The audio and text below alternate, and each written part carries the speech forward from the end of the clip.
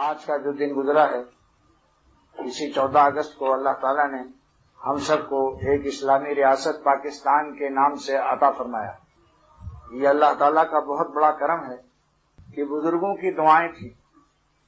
حکیم الامت مجدد ملت مولانا اشرف علی صاحب تھانوی رحمۃ اللہ علیہ تمنا فرمایا کرتے تھے کہ کاش کوئی ایسی ریاست قائم ہو جہاں اسلامی قوانین نافذ ہوں اور مسلمانوں کی سلطنت ہو۔ لہذا جب کبھی ریاست رامپور سے گزرتے تھے حضرت، جب ریل ریاست رامپور سے گزرتی تھی، نام کے اگرچہ وہ مسلمان تھے، سچے مسلمان اعلیٰ درجے کے تو نہیں تھے، اعلیٰ کوالٹی کے نہیں تھے، مگر نام کا تھا کہ یہ مسلمانوں کی ریاست ہے، ریاست رامپور۔ تو حضرت فرماتے ہیں کہ مجھ کو رامپور کے سرحد میں داخل ہوتے ہی محسوس ہو جاتا ہے کہ میں ایک مسلم ریاست میں آ گیا، دل میں نور محسوس ہوتا ہے۔ اور فرمایا کہ کھڑکیوں سے ریل کے جب میں مکانات مسلمانوں کے اچھے اچھے دیکھتا ہوں تو دل خوش ہو جاتا ہے۔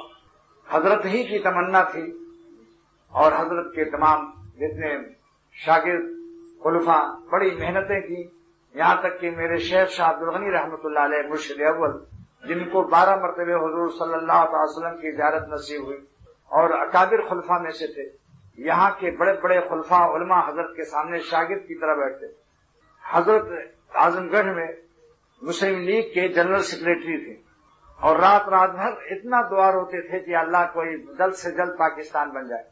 ایک جلسہ جس مدرسے میں پڑھتا تھا وہ میرے شیخ کا مدرسہ ضلع اعظم گڑھ سرائے میر بیت العلوم، یہ حکیم الامت تھانوی رحمۃ اللہ علیہ کا نام رکھا ہوا ہے، بیت العلوم۔ تو حضرت نے بہت بڑا جلسہ کرایا، ہم لوگ پڑھ رہے تھے اس زمانے میں، آل انڈیا جلسہ مسلم لیگ کا، جس میں مولانا شبیر احمد عثمانی رحمۃ اللہ علیہ، مولانا ظفر احمد عثمانی رحمۃ اللہ علیہ اور لیاقت علی نواب مرحوم اور محمد علی جناح حضرت موہانی، سارے ہی بڑے بڑے مسلم لیگ کے عمائد اور وہ سب موجود تھے۔ اس علی گڑھ کالج کے لڑکے بھی تلوار لیے کھڑے تھے اور یہ نعرہ لگ رہا تھا، بٹ کے رہے گا ہندوستان، لے کے رہیں گے پاکستان، تلواروں سے نعرہ لگ رہا تھا۔ اور ہمارے شیخ سجدے میں رو رہے کہ اللہ تعالیٰ پاکستان بن جائے۔